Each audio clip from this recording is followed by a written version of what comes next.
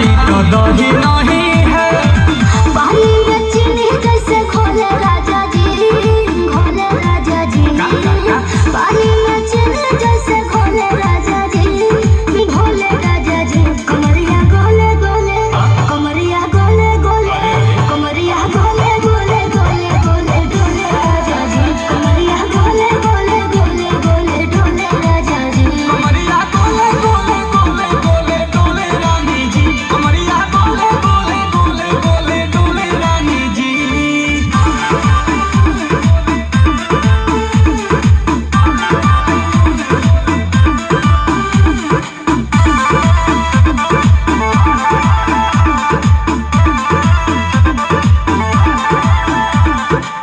लागलू ऐठे आ कोहरा में बैठे कर कर जा धक्का धक।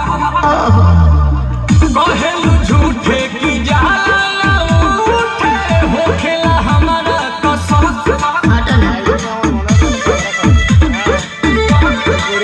सुनो ना ये जी सन्ना, दवा हमरे जी सन्ना, फटाफट ला दो जाके मेरे ले जी सैया। बातें को मीठी मीठी बोले राजा जी, बोले राजा जी। बातें को मीठी मीठी बोले राजा जी, बोले राजा जी।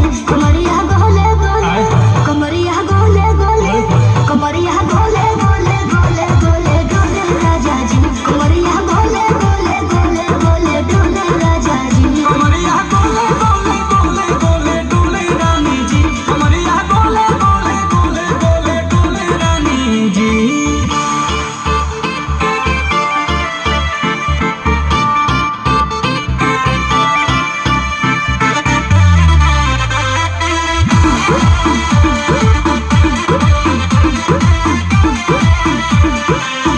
एहो हसीना इशारों के बिना सीना से जालुआ के शॉट होला ए रानी ई गरम जवानी पानी पिए लुगाटा कहत।